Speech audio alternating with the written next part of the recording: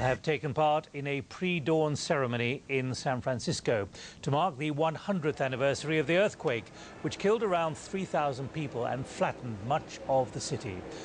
Sirens were sounded at the exact time the quake struck, and a few remaining survivors talked about their experiences.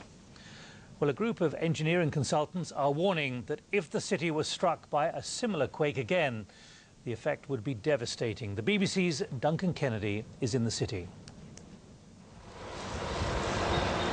One of America's great cities, but also one of its most vulnerable.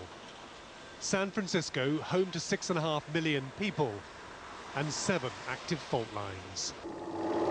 At 5:12 a.m. on April the 18th, 1906, one of them moved catastrophically.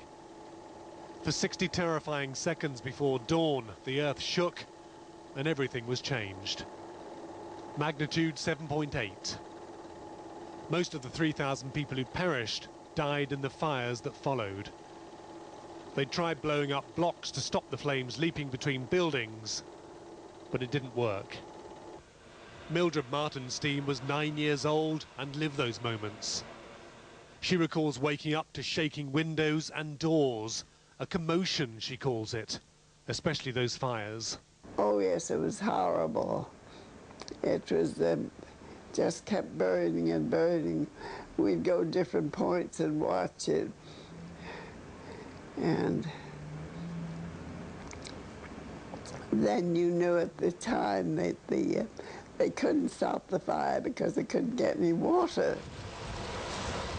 Today she lives in a city rebuilt, but still remembering. A city with 10 times the population of 1906. Here they don't talk of earthquake-proof buildings, just earthquake-resistant. Would you be happy to be in this building in an earthquake? Yes, as it's retrofitted, I think it's a safe building. Stephen Tobriner is an architectural historian at Berkeley. He says the city can survive a big earthquake, but it'll take more than reinforced structures. I find myself on the optimistic side. I think that most buildings will survive. I think the infrastructure will survive, but I'm worried about our water supply. It is a city based on a bedrock of uncertainty.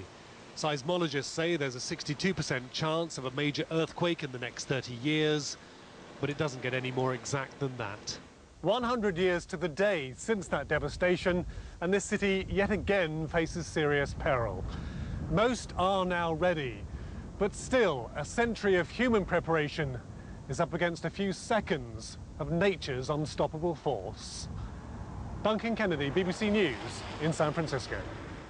Still to come here on BBC.